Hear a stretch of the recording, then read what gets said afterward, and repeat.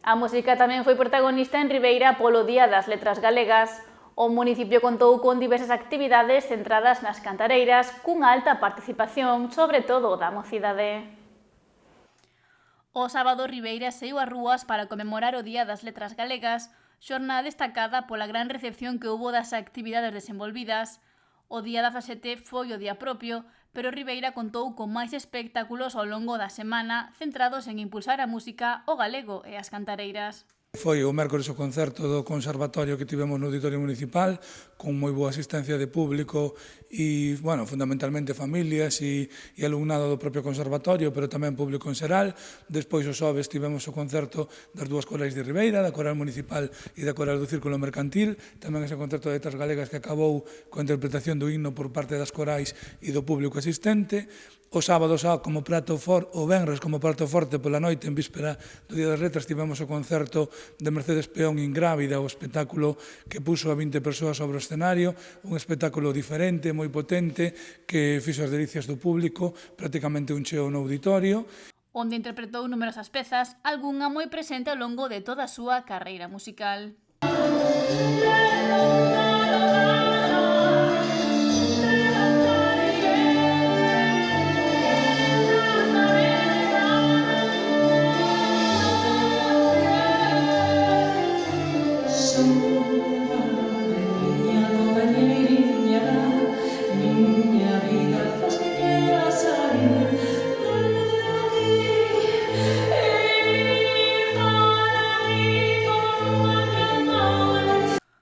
O sábado, propio Día das Letras Galegas, as rúas do municipio albergaron máis actividades nas que as protagonistas foron a música e as cantareiras. Na Praza de Porta do Sol, coa actuación das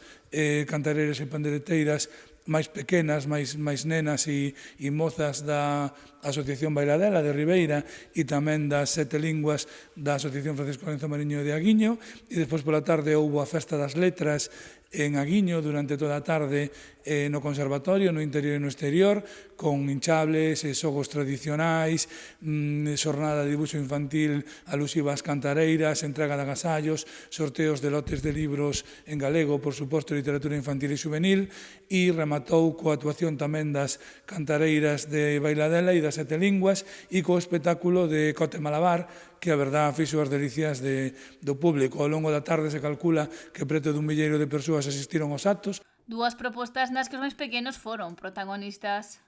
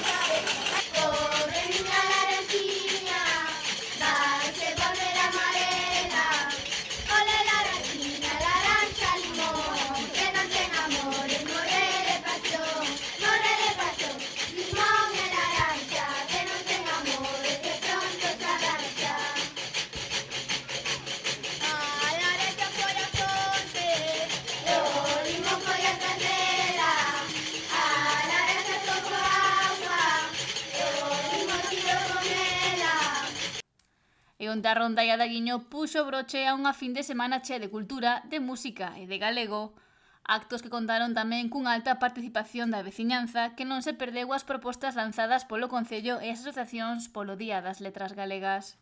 No auditorio, o mércores, o xoves e o venres tiveron unha asistencia tremenda, prácticamente cheos, bueno,